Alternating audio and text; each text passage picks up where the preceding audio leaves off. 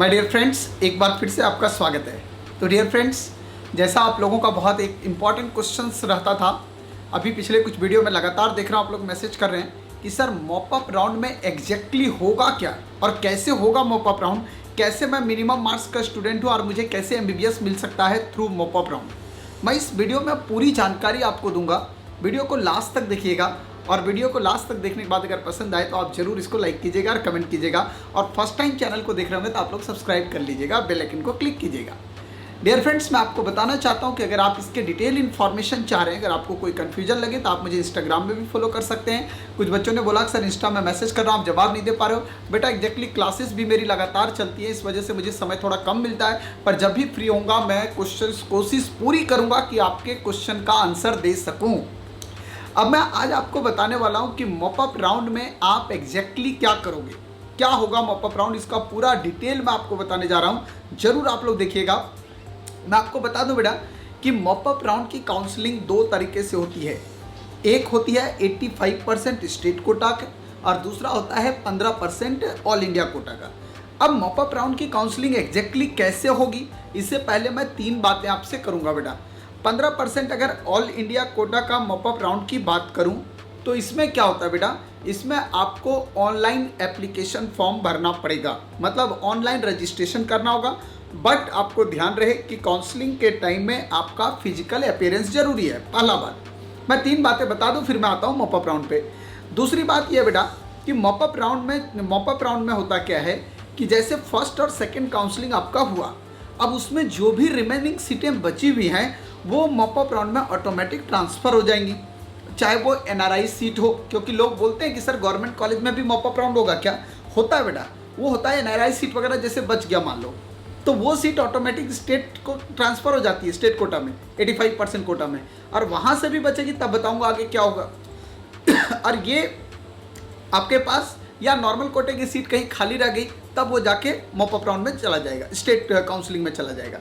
अब mop up round counselling के लिए एक बात, सबसे खास बात क्या है कि इसमें किसी तरह का कोई डोमिसाइल की नीड नहीं है। मतलब आप किसी भी स्टेट से बिलोंग करते हो और अगर आपको लगता है मुझे दूसरे स्टेट में जाके ये एप्लीकेबल करना है, अप्लाई करना है, आप कंफर्टेबली अप्लाई कर सकते हो। आप पूरा डिटेल इन्फॉर्मेशन इसका देख लो बेटा, कहीं से भी डोमिसाइल की कोई चर्चा मॉप अप राउंड में नहीं है। अब मैं आपको बताऊंगा कि एग्जैक्टली कैसे होता है मॉप अप राउंड 15% के लिए और क्या क्राइटेरिया है 85% स्टेट कोटे के लिए। तो सबसे पहले मैं बता दूं, जैसे कुछ स्टूडेंट जो सेलेक्ट हुए उन्होंने क्या किया, फर्स्ट और सेकंड काउंसलिंग में आपने रजिस्ट्रेशन करवाया। अब रजिस्ट्रेशन अगर करा लिया बट आपको कॉलेज नहीं मिला, तो जो लेफ्ट की सीटें वैकेंट जो रह गई सीटें, वो सीटें मॉप अप राउंड के लिए चली जाती हैं। और उन बच्चों के लिए मॉप अप राउंड का रजिस्ट्रेशन जो है वो दोबारा रीओपन होता है। मैंने क्या बोला, ध्यान देना बेटा। जो फर्स्ट और सेकंड काउंसलिंग में बच्चे अपीयर हुए थे और अगर सीट नहीं मिला तो जो सीट बच जाएगा वो मॉप अप राउंड में जाएगा, और उन्हीं बच्चों के लिए जो है वो मॉप अप राउंड का जो है वो रजिस्ट्रेशन ओपन होगा। मतलब जो बच्चे फर्स्ट और सेकंड काउंसलिंग अटेंड नहीं किए थे, फर्स्ट या सेकंड काउंसलिंग, उनके लिए मॉप अप राउंड में डायरेक्ट एप्लीकेबल वो नहीं होंगे।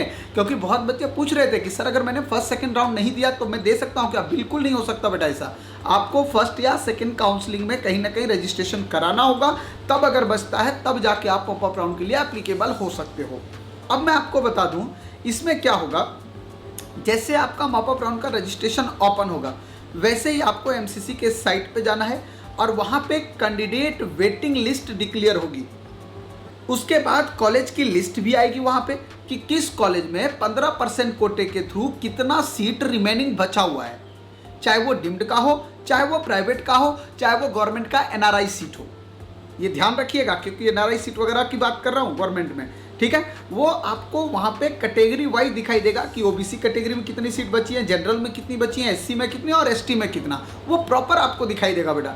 अब क्या होगा कि गवर्नमेंट कॉलेज में जितनी सीट बची होंगी, गवर्नमेंट की बात कर रहा हूँ, गवर्नमेंट कॉलेज में जितनी सीट बची होंगी वो सीट आपका स्टेट कोटा का जो 85% सीट है उसमें ऑटोमेटिक ट्रांसफ़र हो जाएगा।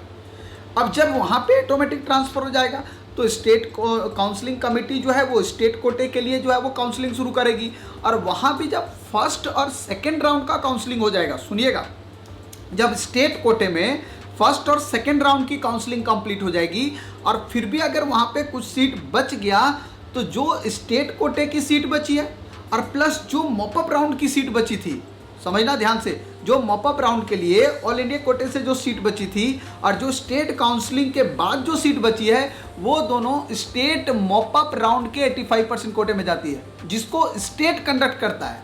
ये बात जरूर ध्यान रखिएगा कि स्टेट काउंसिल कमेटी इसको कंडक्ट करेगा फिर, ठीक है ना। ये स्टेट मॉपअप राउंड में जाएगी और फिर वहां से आपको अलॉटमेंट होगा सीट का कि आप कहां पे एलिजिबल हैं। तो माय डियर फ्रेंड्स, मैं उम्मीद कर रहा हूं कि आपको मॉपअप राउंड का पूरा कॉन्सेप्ट अब क्लियर हो गया होगा। जो मुझे इतने सारे लोगों ने मैसेज किया, लगभग 1000 मैसेज आए होंगे इस पे कि सर आप बताओ डिटेल में इसका क्या होगा, तो अब आपको आइडिया लग गया होगा कि मॉपअप राउंड किसके लिए होगा।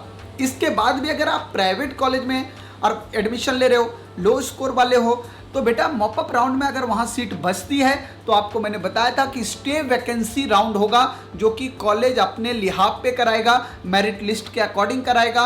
उसको एक गवर्नमेंट से जो है वो एमसीसी के थ्रू जो है वो एक एडवाइजरी जारी होती है कि आप कम से कम इतना कट ऑफ रखें अपने कॉलेज में एडमिशन के लिए, इससे बिलो मार्क्स पे एडमिशन ना दें।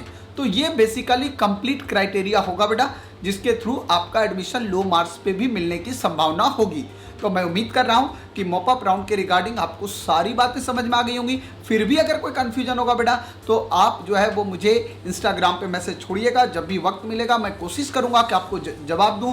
आप लोग इंतजार कीजिए रिजल्ट का, होप सो कि बहुत अच्छा रिजल्ट हो। और अगर किसी का पेपर थोड़ा बहुत गड़बड़ हुआ होगा तो मैं आपको कहना चाहता हूँ कि आप अगले साल के लिए कोशिश करो बेटा, जब तक मंजिल ना मिले आपको हार नहीं माननी है। अगर आपने सोचा है कि मुझे डॉक्टर बनना है तो अपने सपने को खराब मत कीजिए। आप उस चक्कर में जो है वो दूसरे नॉर्मल कोर्सेज में लेके अपने करियर को डाइवर्ट मत कीजिए। आप आराम से तैयारी कीजिए, 7 महीना और जम के लगिए। मैं भी आपके लिए लेके आ रहा हूँ ड्रॉपर बैच का कोर्स जो एक स्टार्ट कर चुका हूं और बेस्ट 50 स्टूडेंट का बैच स्टार्ट कर रहा हूं। तो अगर आप चाहते हैं तो आप उस बैच में भी रजिस्ट्रेशन मेरे साथ करवा सकते हैं और अपने आप को बेस्ट रिजल्ट की ओर ले जा सकते हैं।